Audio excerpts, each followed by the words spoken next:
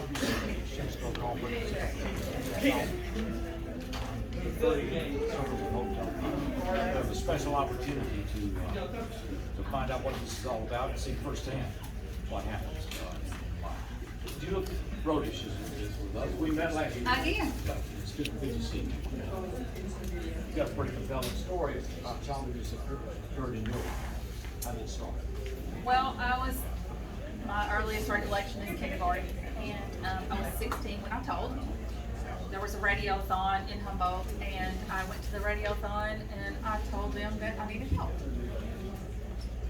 Okay, what was happening at that radio?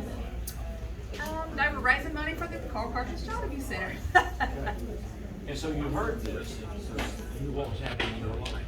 But it was through that initiative, you finally felt there was somebody out there that was listening. I didn't know how to tell. It was, what was going on. Very terrible things had been happening.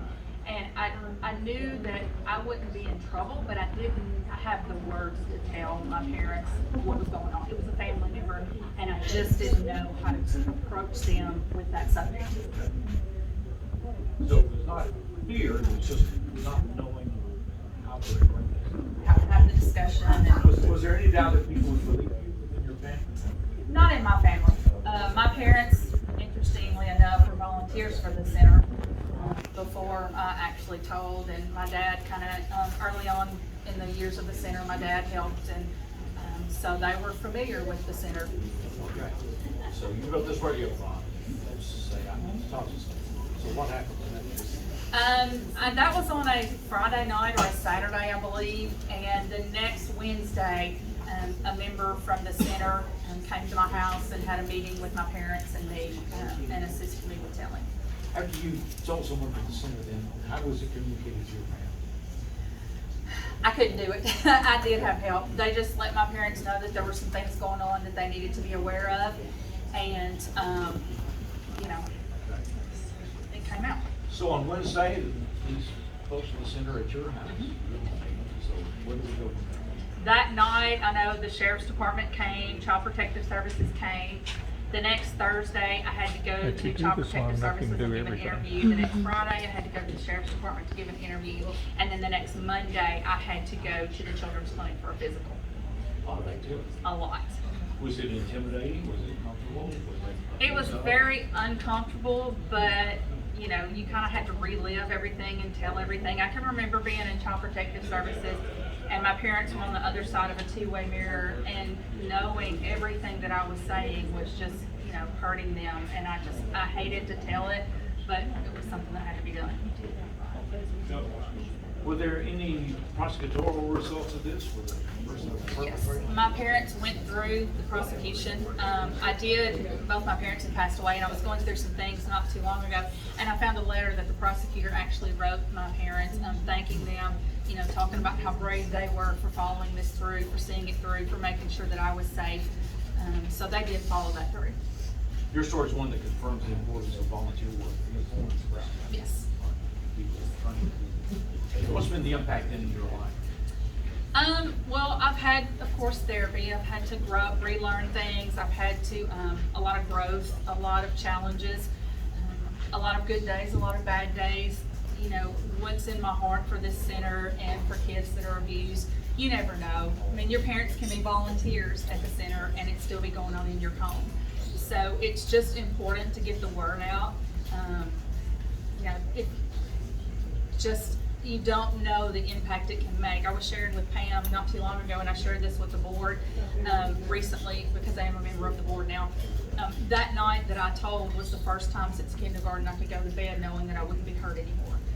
And I think that is the message that for all kids that are abused, to be able to have somewhere and have some place that can help them and know that there is a night when they can go to bed and know I'm not going to be hurt anymore.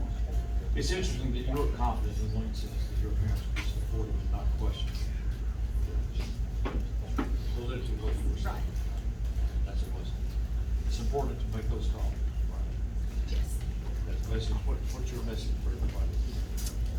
Well, I want my message to be, for all survivors, that you can come full circle. I feel like My story is one, I have come full circle, I've gone through the healing process, I'm now able to heal, to help others heal. Being on the board, I never dreamed that I would be on the board of the center, that, you know, when I was 16 years old, that scared little girl walking in, to, you know, get a college education, to have a successful career, and to come back and be able to give back.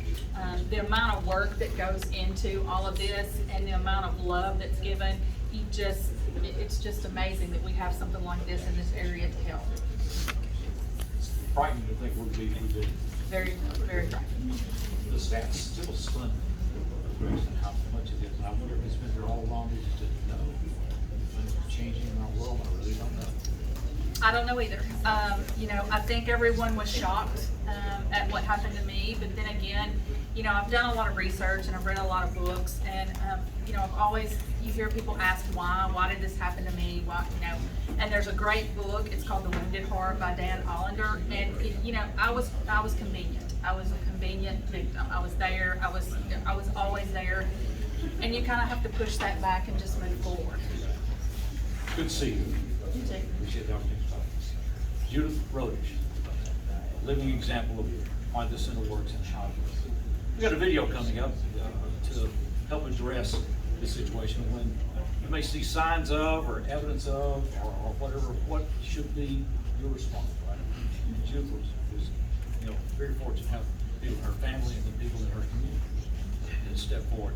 So what should you do? We'll find out in this video.